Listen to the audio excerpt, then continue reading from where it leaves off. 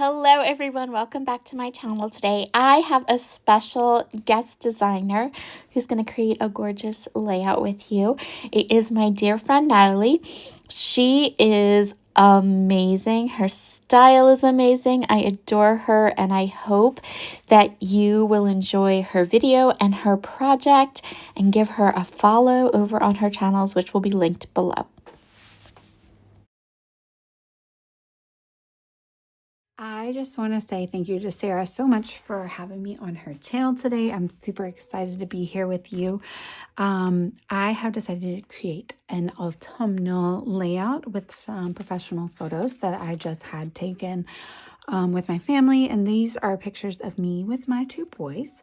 And I decided to draw a little bit of inspiration from Sarah. And I know that she always does really beautiful florals.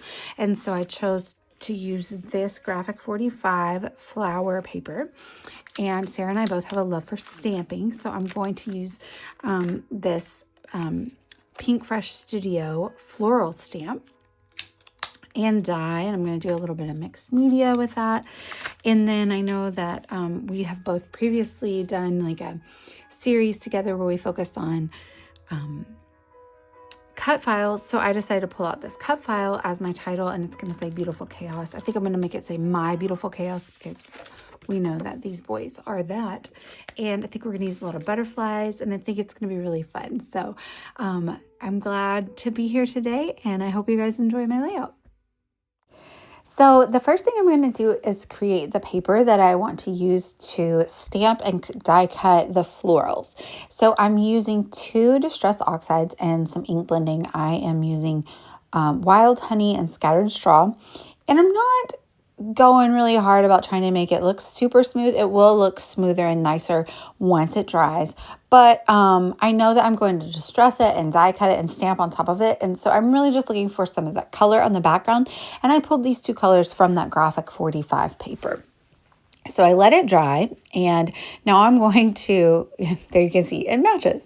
And now I'm going to use just plain water, and I'm going to splatter it all over the page and then roll it up, and then you'll see that Distress Oxide magic, and it will be really nice and have a lot of dimension. Isn't that so fun? But we're not done. I really distressed it up a lot more. So then I get some Tim Holtz mica spray, and I think this one is called, I think this one's bronze, maybe copper. And I just splatter that on. This is very loose, so I'm trying to be very careful with it and use a small paintbrush. And now I'm using this bronze heat embossing powder. So I did make sure that my paper was completely dry because we don't want the heat embossing powder sticking anywhere we don't want it. And then that Pink Fresh Studio stamp is nice because it's one piece, and then the die is one piece as well. So you can actually get a lot done pretty quickly. And there you see me putting the heat embossing powder all over the stamped image. And so it's like a nice brown, bronzy, shimmery, metallic looking color once it's cured. And so here I go doing that. You can kind of see the ones on the left are thicker lines. I think I kind of double stamped a little bit off the second stamp. But I don't hate it. It's fine. So you can see, look at that. You can see it in the light, how it is a nice metallic color. And that is Wow embossing powder. And pay no mind to that awful looking embossing pad. I don't know why I am so hard on embossing pads. I have like 3 and they all look terrible. So I ran them through the die cut machine, my Big Shot over there. And now I remember that I have this like little freebie. It's from 49 Micro, but it came in a cherry box a while back, but I knew that it was yellow. And so it has a bunch of laser die cuts. So I would go through and I pull some out, and I'm actually going to revisit this at the end and pull out even more. But I really like that crochet bit there, and it was kind of like an ivory color. So I thought that it would look nice. I have an off-white background paper. So I'm kind of showing you like the idea of how I want my papers to go on the page. And then we're going to start putting it together. So I'm just making sure before I commit to ripping my paper up, if that is exactly how I want it to look. And I decide that it is. So I'll get into that. Oh, but first, I use that same embossing ink to use my Waffle Flower Crafts blending brushes to add them embossing ink to the cut file. And then I'm going to put that same powder that I used on the stamps on this as well. And so you can see that it didn't coat it fully. I did 2 coats, which I didn't show you in the video, but you'll see at the end, like you can definitely tell that it's 2 coats. And again, this is a cut file that says Beautiful Chaos. It is from Not Just for Boys Kids Club a while ago, like a year or 2 ago. So it might still be in their store, but finally got to use it. Oh, I decided they needed more distress. So I already like did the Distress Oxide water, you know, and then I did the mica spray, but I decided to do some of my white linen spray. And then I also added some water to this gold metallic paint, and I'm going to add splatter onto that as well. Cause I don't know. I just felt like it needed a lot more distressing to make it look like I wanted. It was just looking too clean for me. So, it's time to commit, and I'm going to use my little contour tool here to help me rip it across, give it a nice line there. And then that one was already cut. That's a Simple Stories paper from their collection last year. So I'm just going to rough up the edge of it there that's going to be sticking out. And I really like the way that looks. And I think the colors are really nice between the butterflies and the flowers. And then I'm going to stick that crochet piece there. I pulled out a little bit of the film strip from 49 and Market. I think that's like from their Sunburst collection. I think it's what it was called. And there you see me revisiting that 49 and Market little freebie sheet. I pull off that camera, and then I realize there's a smaller one on the other side. So I definitely go with that smaller one, and I pull off another little kind of crochet looking piece. And I'm just going to get in here and layer it up. I also am going to pop up that middle photo on some foam dots. I will also back all of them in some white cardstock first. What are we doing? Ready to commit. Oh, I inked up the edges with that antique linen. So it's not really bright or dark. Sorry, it's not really a dark color or anything like that. But it just adds a little bit of distress to the edges and kind of helps pop them off. And I also am like not sticking too close to the edge, so I can go back and kind of lift things up and give it dimension for final viewing.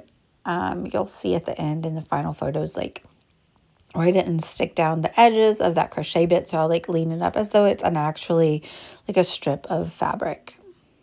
So I'm using my Nuva adhesive to stick that down since there's a bunch of holes in it. And then, of course, we're leaving some gaps because it wasn't full 12 by 12, and there's a gap where I ripped the paper, but we're just going to cover that with some of the die cut ephemera. So I used the cherry tape that is like really skinny behind that film strip, and you can't really see it at all. You can't tell at all. And I did back those photos and then roughed up the edges. I am adding some twine to this tag that is from the Simple Stories collection. I'm going to have to look at the name because it's last year's collection. It's going to drive me crazy until I can remember the name. But it had some orange on it, and I felt like I didn't have enough orange on the page, so I wanted to make sure to add that in. Oh no, I can't find it anywhere.